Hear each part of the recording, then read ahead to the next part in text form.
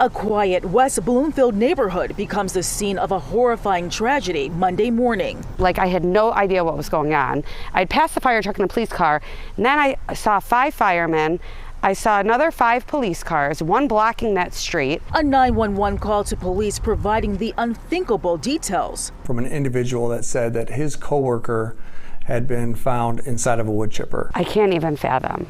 It's horrible. Within 2 minutes, police are on scene at Champlain Circle near Middle Belt. They were able to provide first aid, put a tourniquet on the individual who was at the time conscious. Paramedics transported the man to a nearby hospital. But unfortunately, en route, he did succumb to his injuries. There's an open investigation by police, and a separate investigation is being conducted by officials from the Michigan Occupational Safety and Health Administration to find out what led up to this tragic incident.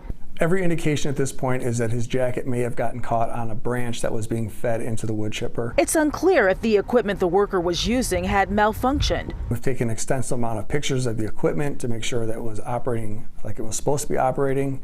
We've interviewed everyone that was at the scene. Police won't release the name of the company, and the name of the 48-year-old worker is also not being released at this time. But they do say he was part of a crew working at a private home on this street. Police officers responding to the scene are also dealing with the impact of this tragedy. It's something that you never can prepare yourself for. And those officers, we have a peer support program here, and we have individuals for them to talk to.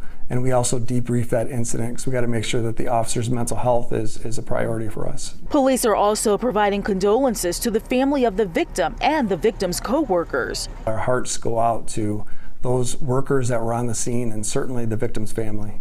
In West Bloomfield, Ingrid Kelly, Fox 2 News.